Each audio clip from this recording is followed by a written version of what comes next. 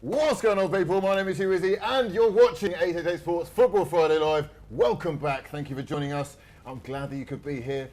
Alongside me today, we've got a star-studded panel. The boys are back in town. We are. The old band's back together. David, our goalkeeping king of the north. Dion, back from his hiatus. I'm going to call it a holiday. Richie, the hardest working man on Snapchat. On social. We've got a fantastic show lined up for you today with plenty of opportunities for you guys to get involved and even to win yourself some goodies. We have a pair of boots via New Balance. Richie's going to tell you all about that in a second. We are also going to be talking about the Merseyside derby, Zlatan Ibrahimovic's future, all the latest transfer rumours, and of course, what would we be without discussing the Wenger saga as it is. However, let's have a look and see exactly what's coming up on today's show. Let's do it. Harold Redknapp. Hello. It was a coincidence in a bar in Barcelona.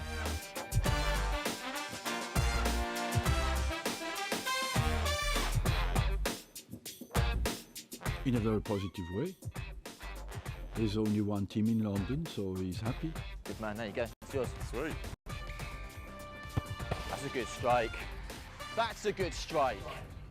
Now with all the news on how you can get involved at home and how you can get your hands on those lovely boots, it's Richie on the social. Yes, sir. Cheers, mate. Now, as Hugh literally just said, we are giving you the chance to win a beautiful, beautiful pair of New Balance Bizarro Signal football boots, which have the same pattern as, same colour scheme as the poison dart frog. Obviously. Obviously, who didn't know that? Now you've one? said it. Yeah, it makes sense. now you know what I mean. So, for your chance, to be in with a chance of winning a pair of those football boots, all you have to do is identify who on earth this footballer is. So there's a footballer on screen at the bottom of your screen now, just below my finger, and right there as well. We want you to identify who on earth that is. Let us know. Drop us a comment, and I'll be picking out a winner at the end of the show. Hugh. Now, we have got one of the most incredibly hotly anticipated Merseyside derbies in recent history, and our man Tony Barrett is in Liverpool, and he's been listening to exactly what both managers have had to say in the lineup of the warm-up to the big game. Liverpool's problems aren't as severe as Everton's. Jurgen Klopp's biggest concern is the loss of Adam Lallana to injury. But the big thing for Klopp is to try and lay down that psychological advantage that Liverpool have enjoyed at Anfield for the past 18 years. Everton is a good team. So what can I say? They have a really good run. They had a good run. Really didn't lose a lot of games in the last 3 weeks or months. Had good results, obviously confident. But yeah, we are Liverpool. We play at Anfield, and nobody should underestimate the power of Anfield. So whenever we play there, we all have to create a special atmosphere. Ronald Koeman took the unprecedented step of reading a prepared statement that laid bare his anger over the injury James McCarthy suffered on international duty with the Republic of Ireland. James had an injury when he reported for Ireland duty last week. The assessment by the Ireland medical team was that it would be a high risk for James to play against Wales. But of course, James, when asked if he was fit to play, he said he felt he was fit. And he was selected to start the game by the Ireland manager who, in my opinion, in this instance, was not protecting the player. He feels Everton have been scared playing against Liverpool over the last couple of years.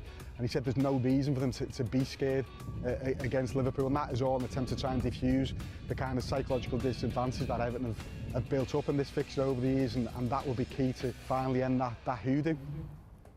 Well, good things are happening at Everton. Obviously, they've got a lot of new investment and they've just received the planning permission for the new stadium, which is very exciting in their race to become part of that top four. First things first, big game of the weekend tomorrow. I want some predictions out of both of you, but let's start with David. They are making progress, however, they've got a few key injuries. Obviously, Seamus is out. Schneidlin's now out, McCarthy's out. Are they going to be able to go to Anfield, where they haven't won for 18 years, and pull something out of the bag? Schneidlin's a big one for me. I think even before the other two injuries, I thought this probably could have caught with them. They are doing well. They're in the ascendancy.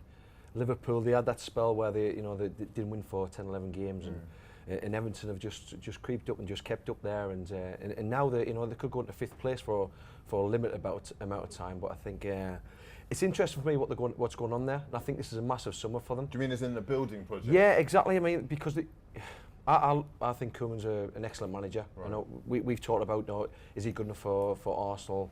Is he good enough for Barcelona? The question is whether he's good enough. I mean, if he's a good fit or he's wanted there, it's a different matter. But I think he could easily go and do a job there, and he's adaptable, and he's made them into the position they've been in, 7th for most of the season. They've distanced themselves from the rest of the league below them, and I think they're ready to join the teams above them. 6 points behind Liverpool in the table, a win, it's down to 3, and they're making serious headway on that top 4. But financially, is it too big an ask to make that jump just yet? I think just yet it is, but I think the way things are going at Everton, they do feel that there's the money is coming in, that they can make an impact.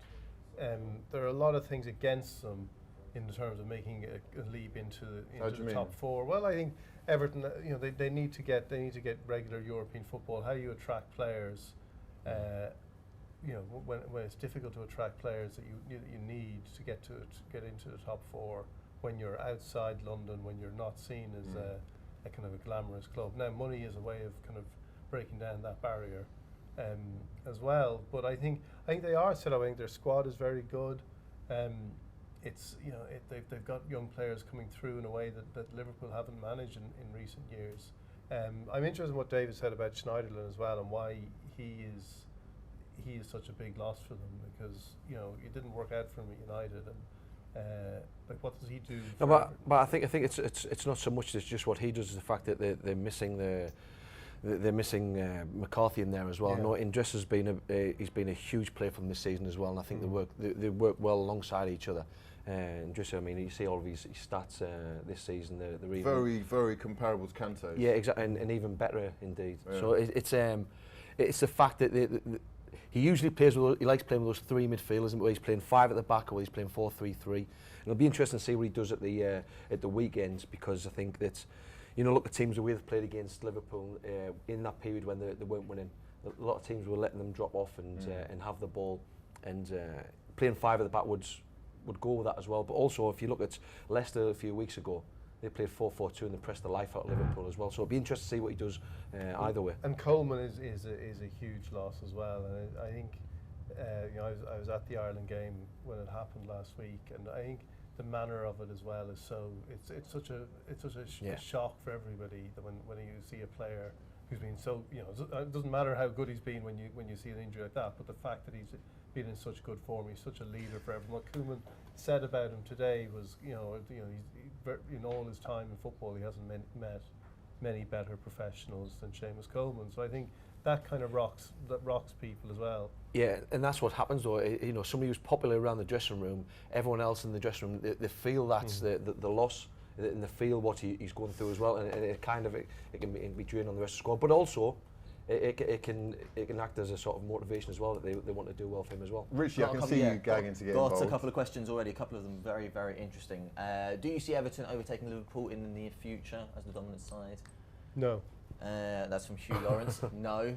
No, I think they've got a great chance. I think depends how I seriously think they've got a great chance, but ultimately no. I didn't say they when didn't. you've got the backing of someone like Farhad and also Alisha Usmanov behind you, they're not messing around. They're not here to play games. I've already said about the adaptability of Koeman. We talked about this with Tuchel last week as well, how that's one of his strengths. We've seen managers like Klopp and to a certain extent Pep, where they have a plan A and no plan B, where Koeman, he doesn't tinker for tinkering's sake. He's adaptable, and I think that's what might take them above. That's good enough, and it could be taking them above the Liverpool. They almost seem like polar opposites as well, Koeman and Klopp. One very energetic on the sidelines, very almost like overly charismatic, if anything. Koeman seems a lot more reserved, but very in tune, obviously, with what he's doing because he's so experienced from his playing days. I think Klopp's clever. I think that is his character, but he's probably just adding about 15-20% onto it, and it's if you do that and you become popular, it buys you a bit of time when things aren't going great. He's definitely won some of the fans over, lots of the fans over. However, Liverpool have one of their own key players out in Lallana, who's been fantastic for England as well. Great pace, good feet. That midfield is really looking a little bit under strength, especially with Henderson struggling to make it back. Are we possibly seeing a 0-0 draw or a score draw here? Possibly. I think that you could see one of these games that we've seen a lot of recently, where it's a lot of expectation, massive hype, and then you end up sitting through it and it's over. You know, you find yourself kind of making a cheese sandwich or something instead of watching the game, and you know, that's the kind of game it could be, because I think Liverpool do look a little weaker. Everton with their injuries, and even the fact it's an early kickoff, I think sometimes takes something out of those matches. Got another question in from Stephen Head, and another very interesting one which could cause argument. In a combined Premier League 11, how many Everton players would get into that team? Liverpool and Everton? Liverpool and Everton. Well, you've got to go 11. for Lukaku up top. Yeah. By the way, this is the history of the Premier League. Oh, I see. Combined, sorry, all-time, it does say all-time Premier League 11. How many Everton players would get into the Liverpool team? Sorry, how many Everton players? This is a confusing question. Come back to that later. I just can't remember. Come to me at the end of the, come to us at the end of the show. We'll have a think about that. Have a think about that, yeah, definitely. Okay, right. Let's move on to Jose Mourinho. He's got his own problems this weekend. West Bromwich Albion, a very, very difficult opponent. Tony Pulis, just fresh off that win against Arsenal, a predictable win. But Jose is going to be without Smalling and Jones, who are out long term. He's without Zlatan, who's obviously suspended, and Paul Pogba with an injury which hasn't been given any kind of end date. So, how are they going to fare without the main man? The man, the myth, the legend that is Zlatan Ibrahimovic, who stars in this week's Top 5 Facts.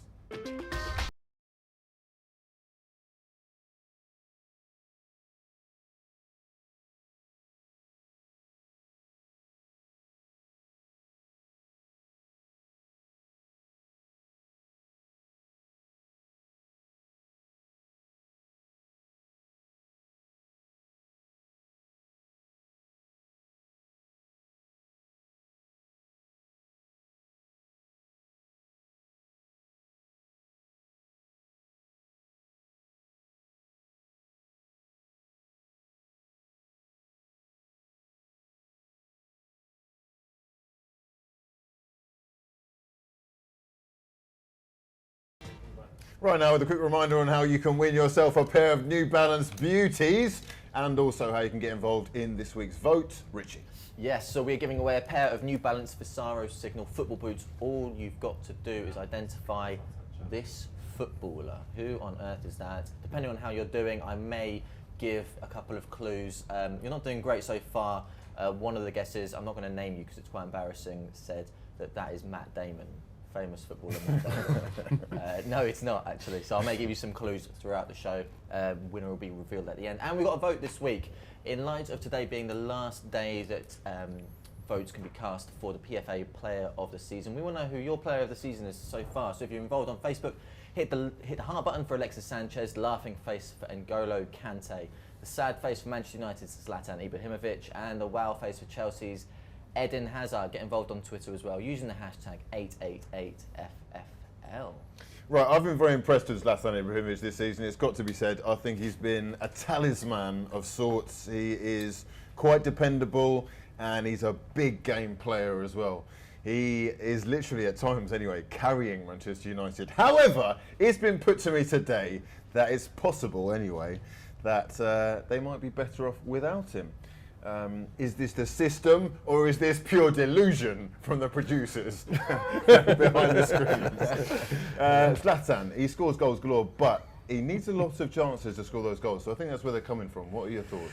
Yeah, but I also think that in the games that he doesn't play well, he also gives the team a focal point. He disturbs centre halves. He makes sure that there's space around them, that they're occupied by him, so other people can work around him. I always think it's at times when he's played with Mata, there's not enough legs up there, right, to play on the counter attack if they want to do that, or be a little bit more direct, or play balls that in behind the defenders. But I think he is a phenomenon. Like, you know, you look at him, and 36 years of age, and we in this country, we've always been seen footballers at that age who get in the 30s. We've always looked and said, oh, we need to slow down. So you get footballers and they taper down the training regime, and so they don't work as hard. But then, you know, you've got a place like Italy where Zlatan's been playing. I play with a guy called Thomas Helvey, who played for AC Milan for 7 years, Inter Milan for a year. And actually, when they got the 30s, he played in the period when there was Maldini and all the players in they were about 35. What I actually did at AC Milan, they actually upped their work rate. They upped their weights regime. They made them work even harder, and it was a mental thing more than anything as well. Because if you think you're going to slow down, that's what you're going to do. And they just kept going. I mean, Thomas, he played until he was 39, 40 as well, right? He's also been a top signing, if not only for what he does on the pitch, but also the effect and the kind of how easy it is for someone like Paul Pogba, for example, to be brought back down to earth, which I feel is like very necessary for someone who's potentially could like lose his head in the clouds.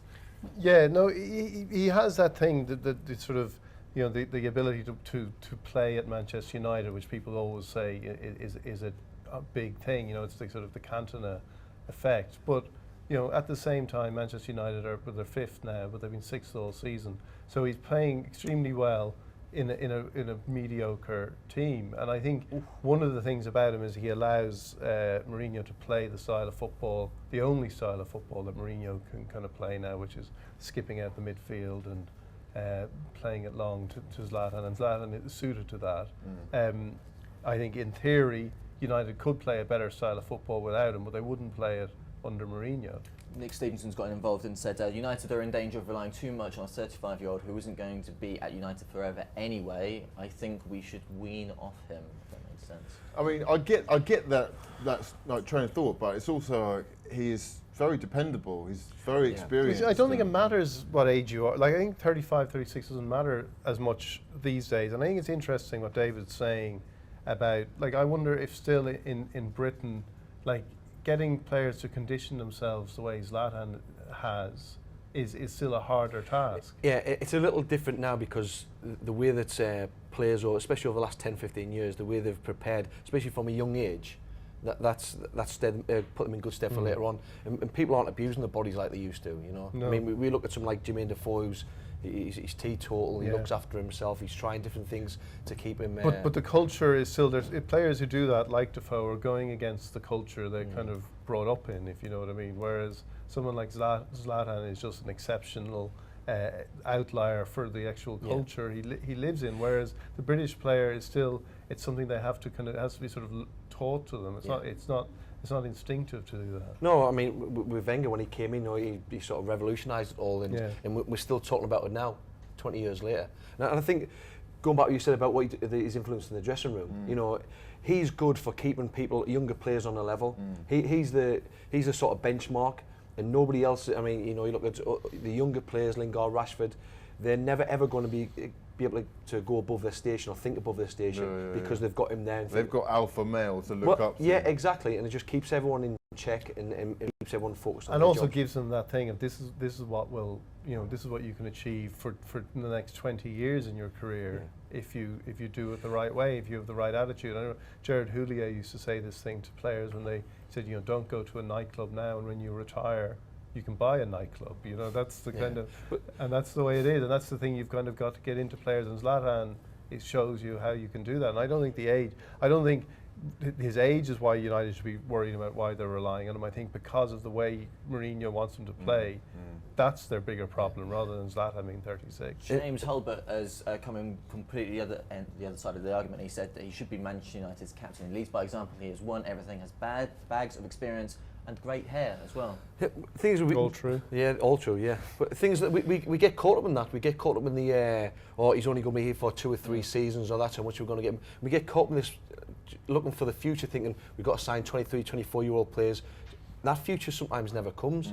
And you're waiting on people to show the potential for years to come, and like I said, it never comes. Sorry, there I said it. Wow, had to go below the belt, did we? Absolutely, yeah. Now, next up, he spends his time making absolute bangers, but how hard can he actually bang it? We're about to find out this week's How Hard Stars.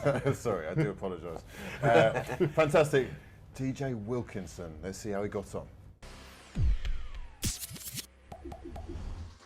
Wilkinson, you may have had a top 10 hit with Afterglow, you may have a new single out called We Will Be, and you may have a new album coming out, but what the people really, really want to know is how hard can you kick a football? But I haven't kicked a ball in a while, so it's a bit different from being in the studio, but lovely sunny day. Hopefully the wind will help me out, and we'll give it a go. Good man, there you go, it's yours. Sweet. That's a good strike. That's a good strike. Oh my goodness.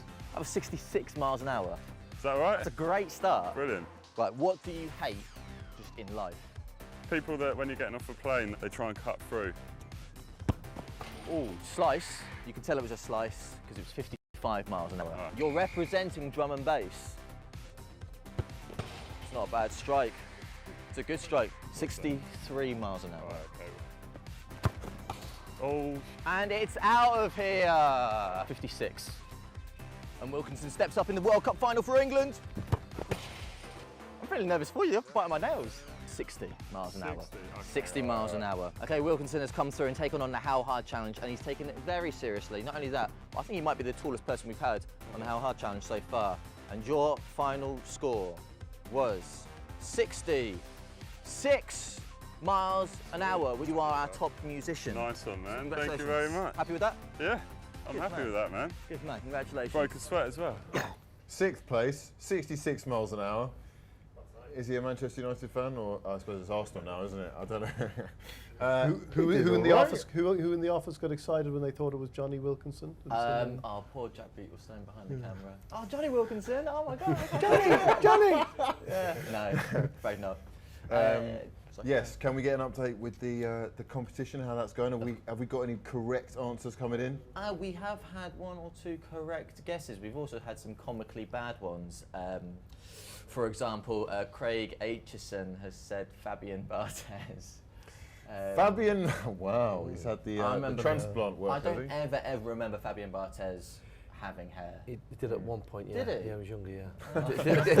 Good information. It didn't look like that's why you're on the show. That is the insight that I'm here for. So we're running a competition to give away a pair of New Balance football boots. All you have to do is identify this. It's not Matt Damon. It's not Fabian Barthez. Apparently people think it's actually you, David Priest, and it is not David Priest either. I'd like to guess though. Go for it. Is it the legendary German strike from the 70s, Blurred Muller? Hey! I've been waiting 3 weeks to cut that joke. How long has he been 3 weeks? The only reason we're doing this competition is so I say that joke. Oh gosh. Anyway, moving very swiftly on, we're also running a vote as well. I want to know who your player of the season is. Look at me, I'm tripping over my words now. Who is your player of the season? Hit the hard button for Alexis Sanchez, the laughing face for N'Golo Kante, the sad face for Zlatan Ibrahimovic, or the wow face for Eden Hazard. Of course, drop us a comment if you think it's none of them and someone else. Get involved on Twitter as well with hashtag 888FFL. No, he's been keeping us all in suspense, all in the dark. No one is in the loop. Arsene Wenger has yet again been asked exactly what the future holds for him and his star players at the club. And here's what he had to say. Can we talk about Alexis Sanchez's future then? Yeah. Because he's given an interview in Chile. What he's said is that he's happy in London, wants to finish his contract, that's what he wants. He likes to stay in one place, one city, where the team fights for titles. A lot of people putting their own interpretations on that. How do you interpret what he said? In a very positive way. There's only one team in London, so he's happy. I know you've talked a lot about your future. You've made it. No, you force me. You force me to talk about it. I don't talk a lot about my future. You've made it pretty clear that you want to stay here. What are you waiting? Look, I have nothing more to say, you know. But what are you waiting for? What needs to happen? You want to force me to talk about something I don't want to talk about. So. Well, could you at least tell me what needs to happen for you to start talking about it? What needs to change? Not a lot. You just continue to ask the same question. One day I will answer. So he seems to be in great spirits. He almost looks like a man who's guaranteed the signature of Alexis Sanchez and Mesut Ozil, and probably even signed a new deal himself. However, we still don't know exactly what is going on at Arsenal. Surely he's staying? I really enjoyed all the breaking news yesterday that there was no news. Breaking news, Arsene Wenger hasn't decided. You keep asking me the same questions, so I'm going to keep giving you the same answer, which is not really an answer at all. Here's some speculation based on no evidence, but would he look that happy if he was staying? Like, you know, surely... Is he looking forward to a holiday surely that if much? you've actually been released of this burden, you'd be that happy. Like, is he, you know, the whole question about Wenger all the time is, why does he do this? Why is he so? Why does he do this job that makes him miserable, that brings so much pressure, so much strain? And there he is, suddenly, looking happy, looking relaxed, looking released from the burden, from the expectation, to be fair, from the anger. it's probably of the two-week international break we've had where he hasn't had to deal with these absolute reprobates. That's another. But if he wasn't doing the job, he'd probably just walking across like a golfing sort of driving range, just being hit by balls. He's already said he's not going anywhere. He's going to be managing next season, whether it's at Arsenal or not. That much we do know. It'd be at Arsenal. Of course, he'd be at Arsenal. Yeah, I think. I think. You know, it looks like it's going to be at Arsenal. The question is kind of why, and why, like how are Arsenal going to change? How are they going to change this sort of everlasting season that they have? You know, interestingly enough, what are they going to do in the summer to make a difference? I just love it if you just bought 11 big lumps and just kicked it forward and just went route one. Tony Pulis. I'd love it. Absolutely love it. Old school Stoke. Yeah. Arsenal Supporters Trust have basically had a vote to see who is still in support of Arsene Wenger, and 78% have said that they don't want him to renew his contract, which it's all starting to get a little bit close to the edge. I don't think that you can keep going with that. I don't think you can remain almost as manager. How did they release the results of that?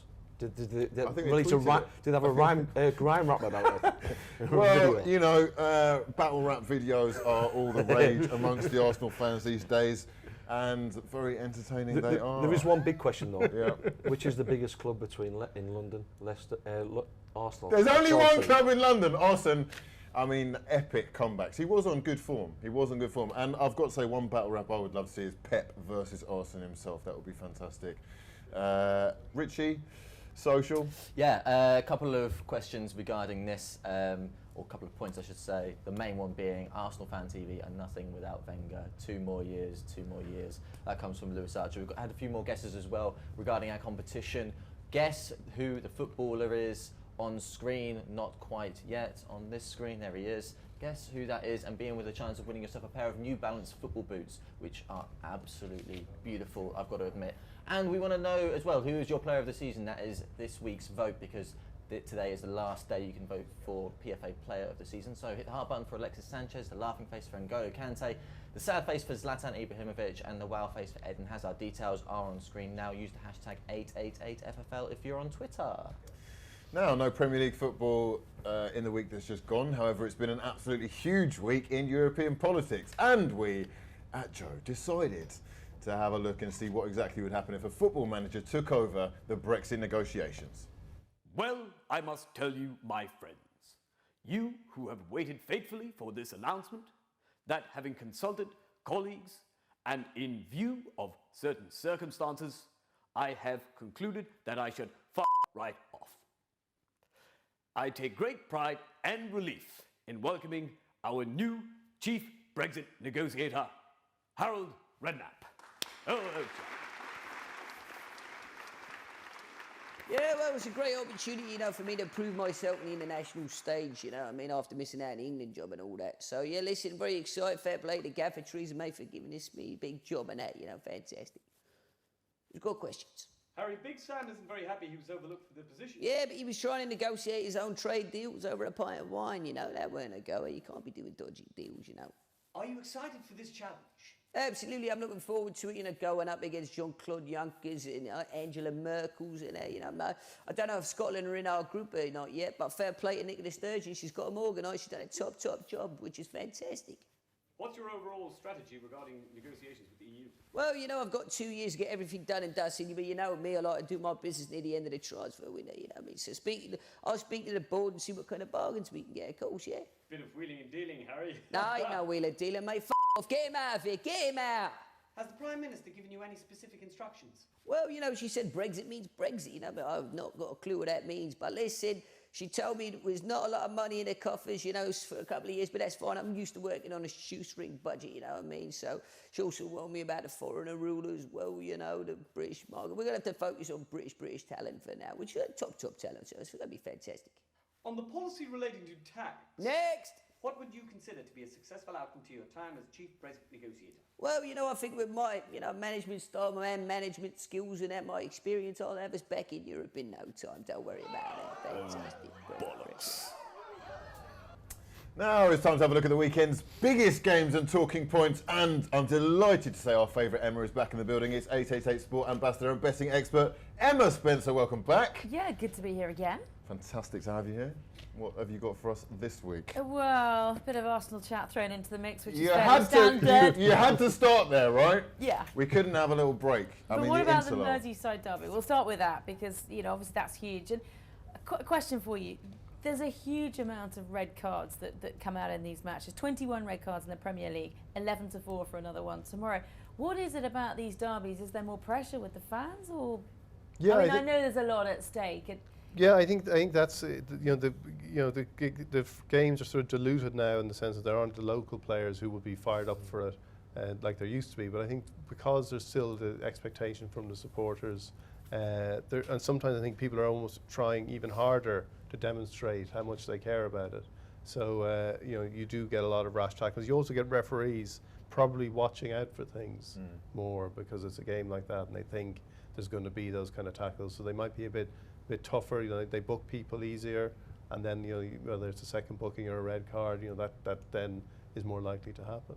Was the buzz in the dressing room higher when you were playing in a derby? Yes, and like Dion says, certainly if you're from the area and you've got an emotional involvement, and it doesn't happen so much these days. I mean, we look through the sides now, or you try to look through even the North London derbies and even the North East derbies. Not a great deal of local lads in the side, but I think it's one that's, I think it benefits from that, because if you take that out of it, then you do get not as many rash challenges, and it's when the R sends off that it just spoils the games, I think. Really? Yeah. I like all the drama. I like all the emotion, the madness. We all like a bit of needle. You always want somebody to, a few tackles flying. But these games are so bad these days that you couldn't spoil them by sending anyone off. There's no send them off, send more of them. Just keep sending people off and make it more exciting. Well, let's have a look how they bet, because listening to you earlier, I think I got the impression that maybe a draw looked the value. Well, the draw is 3-1, Liverpool are 4-6, and Everton 21-5. Everton last time they beat them was back in 1999 at Anfield. Yeah, and Liverpool are unbeaten in their last 12 games against Everton as well. So the stats are very much with them, aren't they? I think a draw would probably be the thing that both teams want to avoid, but would suit the rest of them around them in the table. So I'm hoping for a draw. Yeah, I'd say I'd go with a draw as well. I think Liverpool, they beat them at Goodison, but I think the way with the injuries and the way Everton have returned to form, I think a draw is probably most likely. Yeah, a week ago I'd probably taken Everton, but like you just said, that because of injuries, it's definitely a draw, I think. And Everton are 6 points behind Liverpool. I mean, presumably they've still got small aspirations of making a top 4. Everton? Yeah. Yeah, well, if they win, they go up to 5th, and they go above Arsenal. 3 points behind Liverpool. Yeah, exactly. So that keeps them in touch, and then anything happen then. Speaking of which, another big game of the weekend is Wenger versus Pep. Let's do it. Let's do it. The pressure is seriously on. It is. On who? Wenger or Pep? On Arsenal, yeah. Arsenal 21-10, City 5-4, the draw 13-15. Now they've got to win, haven't they? They've got to not lose, I reckon, but a win would definitely do them a lot of favours and probably open the door to the possibility of announcing the new contract. They could do it straight after on the final whistle. Literally, best time to do it. Yeah. People will be, slightly. Or else he might be going, as I anticipate. He might just announce it after the. I mean, if they lose to City, it's quite possible they'll be down to 7th. This is a real troubling situation for Arsenal fans. We've had the plane wars. Banners have been out, left, right and centre. Like we said, we've got music videos being made about Wenger out now. 78% of the fans not really behind it. So we'll beat Man City and retire then, go out in the high. Is that the highest of the highs? It looks like it. Surely he wants to at least, I don't know, FA Cup or... Not again. All the uncertainty that you don't count that one, do you? all the uncertainty that Arsene Wenger is creating, do you blame that to sort of the wheels fully falling off? No. Not at all? Not at all, no. It might have put some kind of doubt in players' minds as to what they want to do with their own futures, but realistically, I don't understand why that should be really bothering them as far as this season goes. No, I think they were playing badly before the uncertainty about his future as well. I think there are signs that the dressing room isn't really playing for Wenger anymore, which is a different thing. I don't think it's to do with whether he's going or staying, but I think they're not playing for him the way they were, and that's the problem. Not whether he's going to stay or not. I think if he announced he was staying, that problem would remain. Well, regards to the relegation zone, the odds are a little bit clearer here. Sunderland 15-1 on to go down. Middlesbrough 1-5. Hull 1-2. Swansea 3-1. 7-2. Crystal Palace, big game for them. What are your thoughts? Is that exactly how you would price it up? Do you think there's any value in anything there?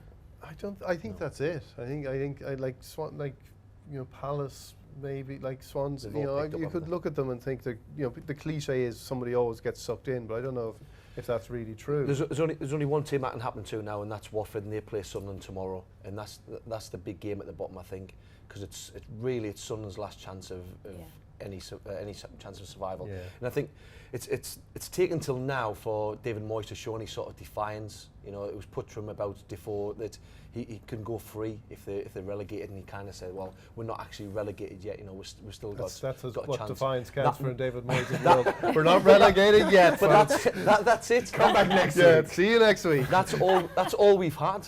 That's all we've had to hang on to, and it's the first time we're seeing any sign of it. So.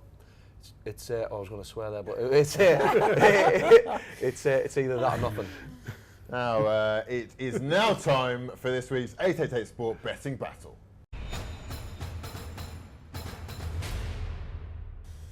Every week our panellists are given £10 to bet on a winner, and the winnings all go to charity. However, unfortunately for the charities involved, we didn't make a single penny this week. Let's not forget that we've made over £230 so far. And I wasn't here last week. And our main man wasn't here last week. Andy, disappointed in you, lad. I had very high hopes for you. However, let's have a look at this week's fixtures and let us know who you're all going with. Let's start with you, Dion. The voice of reason. I'm going for this week. I'm going for Arsenal to beat Man City. I'm sorry, what? Hang on a second. You heard me, Hugh. You heard me. You heard me. I saw the man. He's happy. He's leaving. He's going to tell them before the game that he's leaving, and they will play. You think they'll be on fire? Play with joy. And 2-1.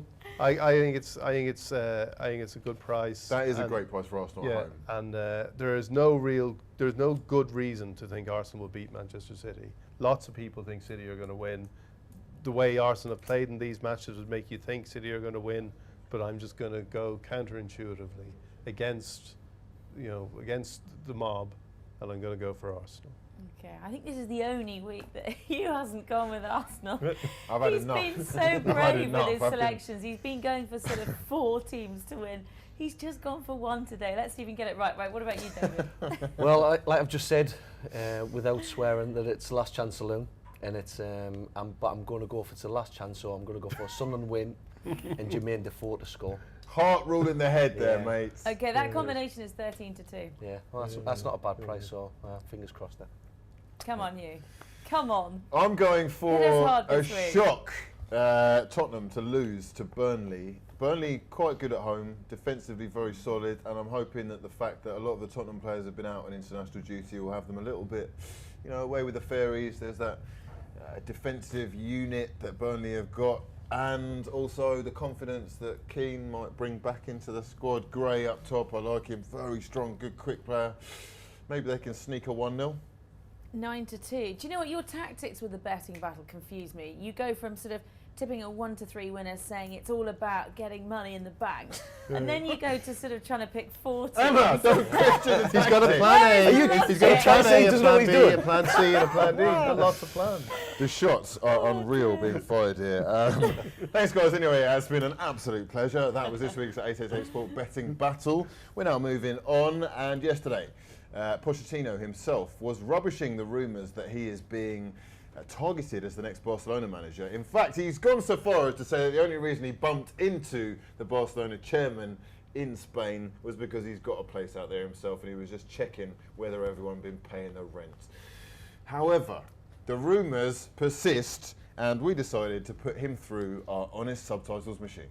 There's a lot of. I don't like to speak about rumor, but that wasn't a rumor because it was true that was a coincidence in a bar in Barcelona last Tuesday, and because I know him for a long time before he became chairman of Barcelona, and many people around us seen us to say hello. We spent 5 minutes together. I think I don't need to speak too much. It's like if one day Daniel Levy sacked me in few years, for me it will be impossible to manage Arsenal. Where is he in his comeback? Well, we don't know yet. He's doing well. We are very positive. He's very positive, but we'll see. Harry Kane. But I cannot provide you the time out that the time that is still need to be available again. But I think it's not too long. I bet it's not too long with those funny techniques that you use. Harry Kane scheduled for a comeback. What are the people coming back with on social, Richie? Yeah, a lot of guesses regarding who on earth do you think this footballer is. For your chance to win a pair of New Balance football boots, all you got to do is guess who that is. John Leonard reckons it's Teddy Sheringham. It's not. Lots of guesses for Mustafi and Giroud, including Joshua O'Reilly and Jordan Caffrey guessing Mustafi, Paul Edwards and Stephen Grayson guessing Giroud. It's none of them, and Robert Pratley reckons it's Adam Lallana. It's none of them as well. We're also running a vote as well. As you can see, details are on screen now. Who is your PFA player of the season? Hit the love button for Sanchez, the laughing face for Kante, the sad face for Zlatan, and the wow face for Eden Hazard using the hashtag 888FFL if you're on Twitter. Right, let's talk Tottenham and Pochettino for a second. They're in a good place right now. At least they are at the top of that kind of just under Chelsea list. However, they've got some very exciting talent on their books. He seems to be a much sought-after manager right now, regardless of the fact that he's denying the links to Barcelona. And you can almost argue that if he doesn't win something with Tottenham soon, then he probably will be going elsewhere. Yeah, you wouldn't blame him for getting itchy feet. I mean, they're very reliant on Harry Kane. It's simple to see that, and I think that if they're going to lodge a real title challenge, okay, they missed the chance last year. It was a title challenge last year, but that was by default the way that Leicester won it as well. Everyone else. I don't know. I think they bottled it in true Tottenham fashion, the way they do towards the end of the season, almost every season. However, Heung-min Son's been quite a little a find. And he has completely surpassed the level of Janssen, for example, who looks to have been a bit of a letdown. Of course it has. It just hasn't happened for him. And when you're not getting the consistent time on the pitch, it's difficult, yeah, exactly. You can't get in any kind of rhythm, and it's literally down to luck because you're just playing 10 minutes here, 15 minutes here, and sometimes he hasn't even been on the bench. I mean, so it's difficult for him, but that's what they need. They need a stronger bench as well and a stronger squad because they've got good players at a certain level, but all of them just seem to be, all of them, the same as the team, they're just sitting under there and they're not quite reaching the heights that they need a Suarez or something like that to go with Harry Kane, who can really shoot them up there. Yep. That's what Aaron Ford on Facebook is saying as well. Spurs would be nothing without Mauricio Pochettino. I don't know any other team that is as reliant on their manager. Such an average squad for where they are in the league. Wow, I mean that's quite harsh, to be honest. I don't know. Yeah, but they're an average squad, but they're an average 7 every week. That's the thing. And so when you I think they need to show a kind of ambition in the summer to kind of go. You look at how they performed in the Champions League. The way they did fall away in the title race last season. If you want to, whatever you want to call it, they had a great chance and they did blow it. And that needs to stop happening. If you want Pochettino to stay, you've got to say to him, right, we're going to get players in that are going to make it less likely for these things to happen. Because he is going to have a great career as a manager. And Spurs will be, if he leaves... I thought, what is it that you're seeing in Pochettino then that is you're holding him in such high esteem? I think the way he prepares teams, I think the way he wants them to play, I think the way he can get them to play the way he wants them to play, which is a key thing as well. And the players seem to be willing to play for him. All these things seem to combine to make him a manager that could do good things, you know, at wherever he goes. I think he's a manager you could see going to Manchester United, going to Barcelona, and you know, being able to impose what he wants onto those teams. I mean, it might be club policy, it might be a club policy above him, but they sign players of a certain age, of a certain ilk. You would think, I mean, I'll ask you, would you think if you had the chance to sign Zlatan in the last summer, would he have done it? Would he have brought him into the squad? Would Pochettino or like an Spurs? No, I don't think they would. No, I don't think they would. Well, no. do you think it's because he finds it easier to handle the younger players and to develop rather? Daniel Levy as well. Yeah, that's what I'm saying. A policy above as well, but at the same time, I think that's what maybe they could do with. Well, I think he also, someone like Zlatan wouldn't fit in with what Pochettino wants his players to do, and you know, he is part of the breed of you know, hard running. Run your socks off. Yeah, that sort of fetishization of running that is part of football with Klopp now. Bielsa. With Pochettino, the sort of heirs, sons of Bielsa, and I think that's you know, that's fine, but you know, that's the way he wants it to be. But I do think, I don't know where Spurs would go if he left. I think it'd be a massive backward step because they've got that consistency now. However, they've also been quite consistent in not winning trophies, and it's nearly 10 years since they lifted the League Cup. They need a little bit more for me. Is Mauricio? I've got to have a dig. What am I supposed to do, lads? Is Mauricio Pochettino cavalier enough to leave Spurs in the middle of what appears to be a long-term project with the new stadium? He strikes me as quite a from Rich grounded Cooper, by the guy. He probably likes the project. However, I reckon you're right. They do need that upper echelon of talent. And the Champions League football and possibly playing all their games at Wembley next year might attract one of the big boys. I think he's just like any other manager, really. If a better offer at a bigger club, I think he would go. Of course he would. Yeah, I think the project is all very well, but you've got to kind of feel that it's going somewhere. Okay, so he may well be on the move sooner rather than later. You heard it here first from Dion, and if he doesn't move in the next 5 years, Dion got it very wrong. Let's talk about the transfers. We've got a lot of transfer rumours coming up, and it is now time for our inaugural Transfer Chat of the Week. Right then, first on that list is actually a guy being linked to Tottenham and West Ham and Bournemouth and probably a whole host of other clubs. It's Jermaine Defoe. Reignited on the international scene with a goal during the week. He is getting on a little bit, however, much in the same line as Zlatan, seems to be in his prime. Yeah.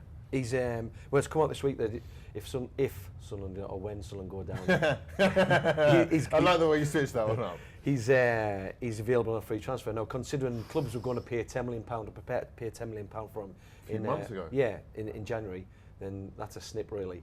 And like I've just said, you know, he's a teetotal. He keeps himself very fit. He's in great condition. Hasn't had any touch wood. He hasn't had any big injuries, and I can see all these teams, but of course Bournemouth would love him. I'm not sure he would go to Bournemouth. Do you think he could play for a bigger club? Yeah, of course do. I think he'd be suited. Somebody like Liverpool would be stupid not to at least think about taking him. I mean, he'd probably play more than Sturridge. Well, do you know what? He's been used to, at the moment at Sunderland, I think people have always thought about Jermaine Defoe that he couldn't play that role up front by himself, and that he's just a poacher. Yeah, of course he is a finisher as well, but he's making chances out of nothing. He's literally latching on to clearances and making something out of them. He's been used to playing on the counter-attack in the last couple of seasons since he's come back from Toronto. And he's a better all-round player now that he's been used to playing out on the left for Sam Allardyce, playing the sort of like left wing-back role almost. And he's just a better footballer. Do you think he's more willing to do that stuff now at this stage in his career than he might have been 10 years ago? Well, that's it. I mean, he's at the age that he's 34. He's probably working as hard as he ever has done. Yeah, that's when you switch on and you know this is it. There's no games anymore. I mean, and you look at the relationship he's got at Sunderland with the fans, and sort of the relationship he's got with young kid Bradley Lowry. Seems like a really good guy. Yeah, exactly. It's just, do you know what? If there's anything that will break his heart when he leaves Sunderland, it'll be that. But I can see that they'll always be friends. There's a special bond there, and I think with the Sunderland fans as well, they know that he can still do it at the top level. He can still do it at England. And if he wants to play for England, like Gareth Southgate said, he has to be playing in the Premier League. David Priest, question from Hugh Burkhead. If you were Jermaine Defoe, where would you head to, if anywhere, next? Yeah, that was it. I would fancy my chances at a bigger club, and like, it's not to sort of disrespect Bournemouth or anything like that. They said about West Ham, they said about Crystal Palace, but I think I'd wait for a bigger offer. Another big move on the cards this week being talked about is Virgil van Dijk, who's been linked with Manchester United and Chelsea. Dion, how much is this guy worth? Because Southampton love selling their best players. Is it necessary, or are Manchester United or the likes of Chelsea so big and strong that they can just come and pluck the finest cherries off the tree? Oh, I think he's going to go. I don't know how much he's worth, but I think someone like a club like United need him, and it'd be amazing if they weren't in for him in the summer, because he's everything that you would look for if you're Mourinho and you're looking to get that defence where you want it to be, and it's nowhere near where he wants it to be. So I think like, it is extraordinary that Southampton have this sort of assembly line that keeps producing players, but they don't mind either. They must have made an absolute fortune. I mean, they're producing top talent though, and they're very, very good at recruiting youngsters who've obviously got massive potential. Next on that list as well, probably the biggest one that we're talking about today, is Antoine Griezmann, who's been linked with an £85 million move to Manchester United. That would be the release clause that would have to be triggered by Mourinho to bring him along. That would have to, I mean, it would certainly change the dynamic of the side. That pace that we're saying that they can't really get in behind with, he'd bring that to them. Or would he be able to play off Zlatan? Very interesting. It's a massive deal. Where would Pogba play then? He loves Twitter, so he'd get on right, like a house on fire with Pogba. But where would they all play if that's? It doesn't matter. Just sign all the biggest guys. But that's the Manchester United philosophy now. That's the thing. That's the sort of the plan at Manchester United. And again, I think you come back to whether Mourinho is the manager to be implementing that plan, because you look at the way they play, you look at how unadventurous he is as a manager, and getting worse. He's getting more and more cautious. And so when you keep just bringing in these players and having the philosophy that he has, which is don't lose, whatever happens, it's not going to. Something ultimately won't gel. I mean, you say that, but Antoine has a very similar manager on his hands at the moment in Simeone, who's all about not losing. Yeah. And they've been playing kind of this counter-attacking football where they have to sit back. They're giving 65% of the possession to teams like Alaves. There's a big difference with the way Simeone plays and the way Mourinho plays. I think they're a harder working team. There's an industry about them. They win the ball back in a different way. And I don't think they've got a little bit more practice, in fairness. I find it a bit strange though that he is going so top heavy on sort of attacking players as well, because there's no doubt that probably United were a little bit stronger defensively, possibly, than when he came into Chelsea. But the first thing he did when he came into Chelsea was Cech, Paulo Ferreira, Carvalho. Did he sign Ashley Cole as well? Yeah, he did. Yeah. You know, so he already had John Terry there. So that's what he did first and foremost. And I think that, going back to Van Dijk, however much he's worth, you think that what centre-halves are going about now, decent centre-halves, really good centre-halves, they're very rare. Yeah. So why not be paying the same money as they are paying for the strikers, or being prepared to anyway? Indeed. Now let's wrap it up with this one. Video refereeing was brought in this week as we saw the France versus Spain game stopped on 3 or 4 occasions, and pretty much all correct decisions were given. We had to wait about 45, 50 seconds until those decisions had been reviewed by the referee. But it was all very interesting seeing it unfold. Is this the future? Should it have been installed a long time ago? And is it going to ruin the game, as in, halting celebrations a little bit, or the momentum and free-flowing aspect of football? Well, this is it. I mean, it's going to take a lot of the chatter after games. What are we going to talk about? Well, we're going to talk about something more interesting. Was it a penalty? Yeah, but it's going to put us out of jobs. But the same for yourself, lad. But this is the thing.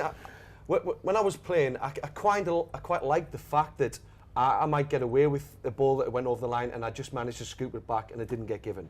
I quite like the fact, so I accepted if it happened the other end. But at the same time, now I've grown sort of have come round to it that it's because of the huge amounts of money that are involved and the profile of it now. It has. People hate change, and people hate all change. Like I remember when they first started putting up the score of matches on the screen on live broadcasts. I remember reading people complaining about this because they liked not knowing the score. Yeah. You know, now that's not a fundamental change in the way football is kind of refereed, but people like everything to be as it was. It will change how football matches take place.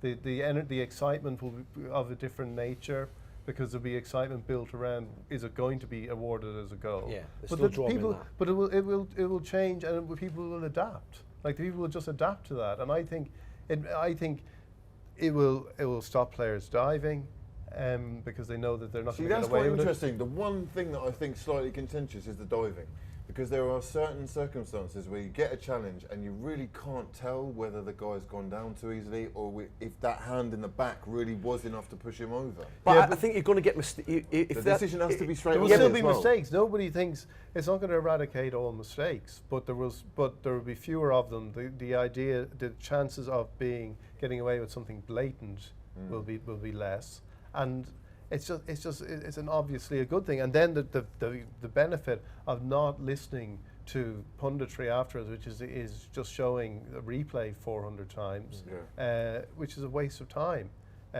People can actually, I don't think it will put people out of business. It will put people who can't talk about anything about whether it was a penalty or not out of business. Is that a pop? Is that a pop? Yeah, well, I'll just give you a little tip there. Broaden your range. But this is the thing, is it worth it? You know, if the mistakes that might be made when it comes to diving, if there is mistakes made where there was a little bit of contact, or somebody's trying to ride a tackle and they go over, or they're just off balance, and it's not given, are those mistakes made? Is it worth that it makes other people more aware of it and they won't do it? I suppose it's that CCTV thing, isn't it? The argument that if you're being watched, you won't commit the crime. But I think that we've seen with the likes of Lewandowski against Arsenal recently, players are more than willing to try and con the referee. And if there is contact, like I was saying before, it really is like up to your it's your decision whether it's actually a push worthy enough of taking that man out. These are big, strong, strapping lads. They shouldn't be going down as easy as they are. But will video-assisted replays change that? Richie, another big, strong, strapping lad. You've got some vote results for us. I do have some vote results, yes. So all throughout the last hour, throughout the show, we want to know who your PFA player of the season is, and the results are in. So, fourth place, you voted with 14% of the vote. Chelsea's Eden Hazard. In third place, with 24% of the vote, Arsenal's Alexis Sanchez. In second place, I can't wait to see Hugh's reaction to this. In second place, with 26% of the vote, is Zlatan Ibrahimovic. No way! Exactly. No way! Exactly. You're all gassed. You've got it very wrong. You are all spot on. You're all sorry. absolutely spot on. And I'm saying as a Man United fan, you're all spot on. In first place, with a vote share of 36%, Chelsea's N'Golo Kante is your player of the season. Yourself and Joey Barton are going to be, well, mixed. You know, as controversial as he is, Joey, sometimes anyway, has a great mind, and great minds do think alike. Kante is certainly, he's up there, right? As far as most integral to what they do, but I think it's more about the unit. I think there are other players who are very comparable, like Idrissa, my boy at Everton, doing very well. He is slightly but they're top of the overrated league, you know. He's been central to them, you know, doing that. He has, the league but for 2 years in a row. I watched him against Spain, and you know what? I saw something for the first time. I saw players who are actually true ballers, who can pass it around a guy who's just a rabbit, a hare that chases that's true. around. He is a ball of endless energy. Like, he just runs and runs and runs and runs. It's phenomenal. What are you insinuating? No, I'm saying he just runs and runs and runs. What are you insinuating? But it's not. You know, as you say, he's like when you come up against better players, maybe in more technically proficient leagues, he's limited.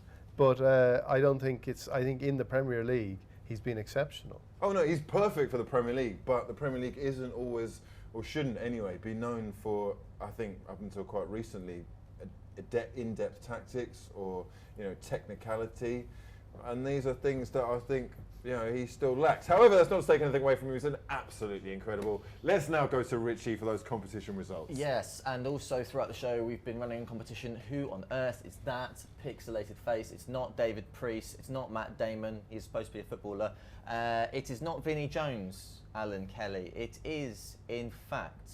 Ooh, can we get a drum roll, please? Can we get a drum roll, please?